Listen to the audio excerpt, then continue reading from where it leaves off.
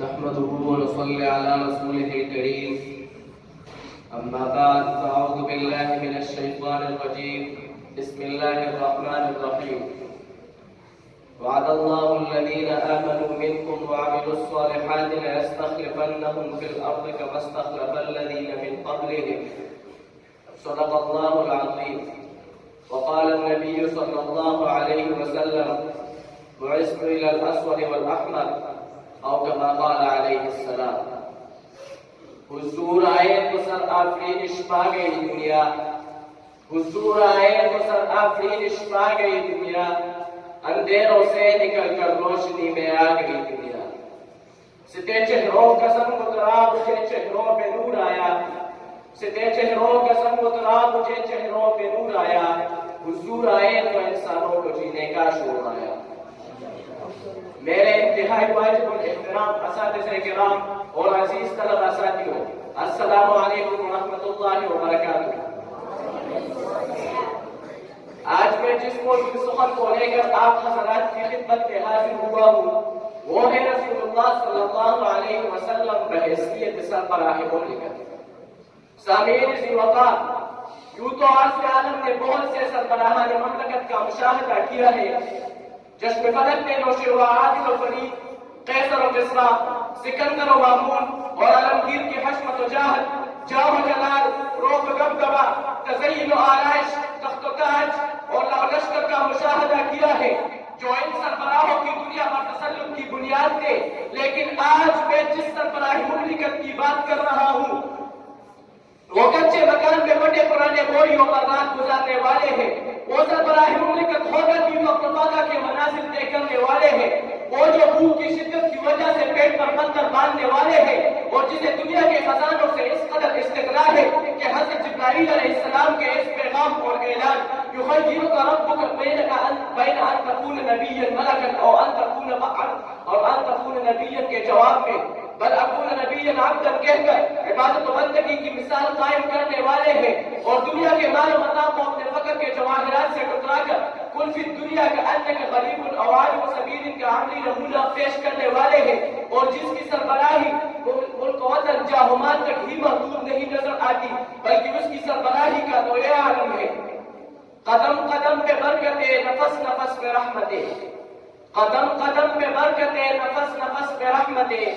جہاں جہاں سے وہ شفیع عاصیہ گزر گیا، جہاں نظر نہیں پڑی وہاں ہے رات آج تک، وہی وہی سحر ہوئی جہاں جہاں گزر گیا.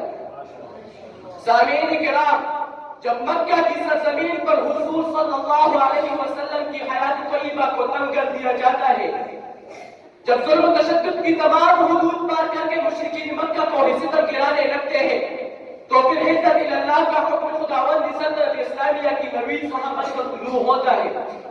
یثرب کی وادی مدینہ طیبہ کے نام سے موسوم ہو کر دھرتی جہاں پر ایک سلطنت اسلامیہ کی آماجگاہ بن جاتی ہے جس کا سربراہی مملکت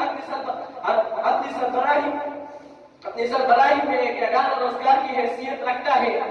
سب سے پہلے یہودی مدینہ کے ساتھ امن کا معاہدہ کر کے امن پسندی کا وہ منظر پیش کرتا ہے جس کو اغیار بھی تسلیم کے بغیر نہ رہ سکے اور یہی وہ سلطنت اسلامیہ ہے جو احیاء اسلام کی بنیاد بنتی ہے. اس سلطنت کے والی کبھی بدر کے میدان میں، کبھی احد کے میدان میں، کبھی تبوک کے میدان میں، کبھی حنین کے میدان میں تو کبھی خیبر کے صحراؤں میں اعلی کلمت اللہ کی بازی لگاتے نظر آتے ہیں. اور وہ انسانیت کے ایسے غمخوار ہے کہ آئے جنگ کی حالت میں بھی لا تقتلوا شیخا فانیا ولا طفلا ولا صغیرا ولا امرأة کہہ کر اپنی سربراہی کی انفرادیت کو ظاہر کرتے نظر آتے ہیں. اور معاہدے کے اتنے پابند کے الحرب خطاب کے اصول کے باوجود حضرت حذیفہ رضی اللہ عنہ کو جنگ بدر کے مجاہدین میں باوجود قلت کے شامل ہونے سے روک دیتے ہیں. سامعین کرام، آج میں بہت افسوس سے یہ عرض کرتا ہوں کہ غیر مسلم حکمران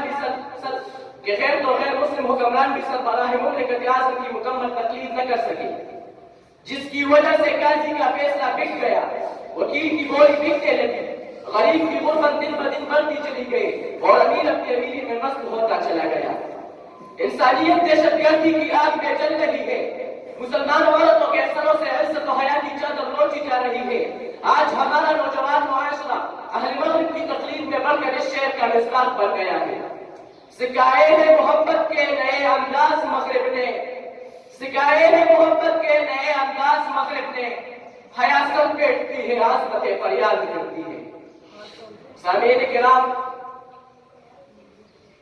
یہی وجہ ہے کہ ہم اپنے اللہ اور اپنے پیارے رسول صلی اللہ علیہ وسلم سے دور ہوتے جا رہے ہیں، اور اس ساری صورتحال میں ہماری کامیابی کا راز ایک کامل اور اکمل شخصیت کی اتباع ہے، اور یہی وہ شخصیت ہو سکتی ہے جس کی زندگی کو اللہ تعالیٰ نے اپنے اس فرمان لقد کان لکم فی رسول اللہ اسوۃ حسنہ سے ہمارے لیے نمونہ بنایا ہے۔